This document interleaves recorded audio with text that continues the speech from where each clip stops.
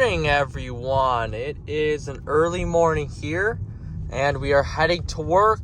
But the reason why I am making this fantastic 2,000-mile review is because my car, this 2007 Chrysler 300C SRT8, has passed over the 2,000-mile mark since I bought the vehicle. I currently have 74,294 miles on the car, and I thought I would share some of my thoughts with you. I'm very happy with this car to start.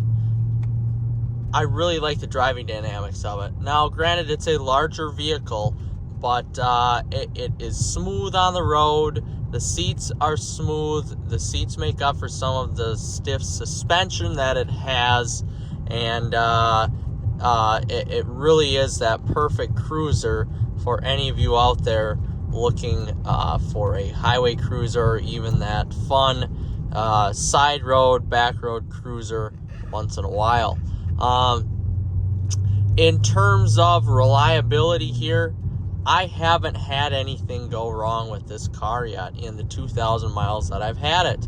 I do have to get some front pads and rotors for the car, but I'm just getting the Brembos put back on, and that shouldn't be overly expensive. But with that being said, we've got a little cat there. With that being said, I've done the research on these cars. As long as you take care of them, there shouldn't be much that goes wrong with it. If that's all I have to do here is the pads and rotors coming up, I'm not going to be too upset about that. I haven't noticed anything else. When I got the car, I did a paint correction on it. I went through everything, cleaned the engine bay out, made sure everything was clean on the car, and I was pretty happy with it. The interior is flawless. As long as you store these cars inside, the interior is flawless, and it will stay flawless.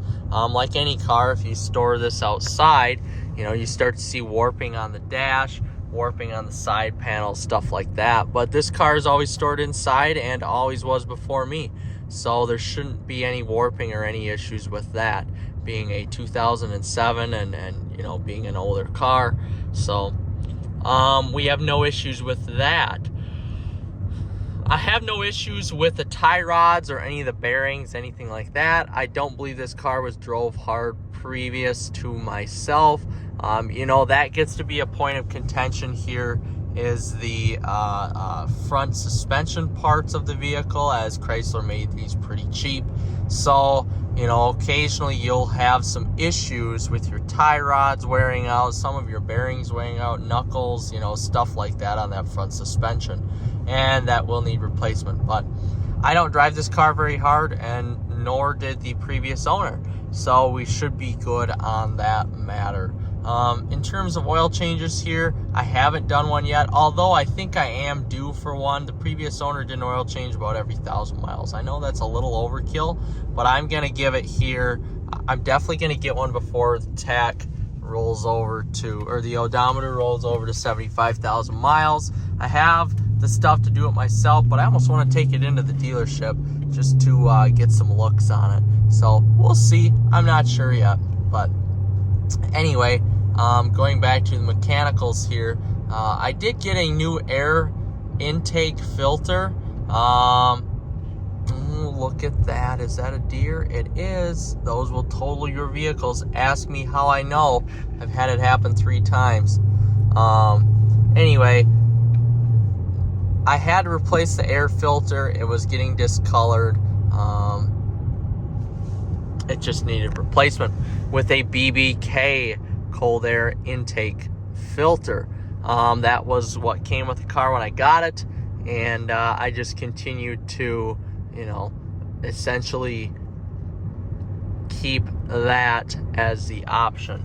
I wish I would have I wish I could, or I wish I would. I'm not going to at this point since I've already got a custom cold air intake. I wish I would be able to put in like an AFE or a K&N, something like that into the air intake. But I'm not going to do that right now. I'll save that for another vehicle. Other than that, everything is good. The sound is great out of this kicker system. You know, it's not as good as the Alpine system in newer vehicles or Harman.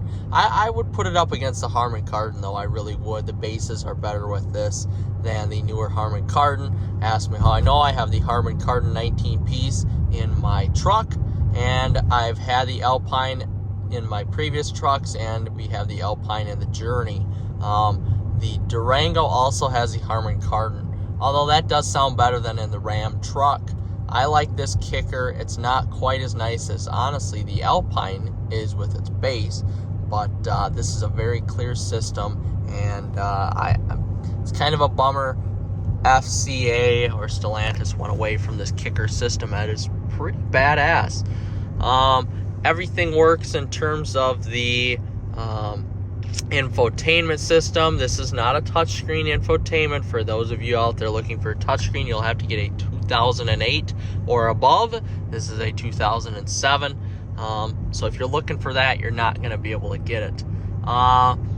Everything else seems very good on the car. I really have no complaints. So if you are looking for an option Charger Challenger 300, these earlier year SRTs are honestly a good way to go, quite frankly. I don't step on the pedal too much, but when I do, it's exhilarating, it's really fast, and it's loud. Oh my gosh, as you've heard in the beginning of the clip here, it can get pretty loud, and that wasn't even a very good takeoff, mind you. Otherwise, everything feels good as if this car was new. The steering is kind of lifeless, but it is direct. I wish there was more feeling to the steering, but you know, you get what you get sometimes, and this just has pretty lifeless steering, especially on center. Other than that, everything about the car is good. So I figured I would do this little update here in the dark as I'm driving to work, and I hope you guys enjoyed the video.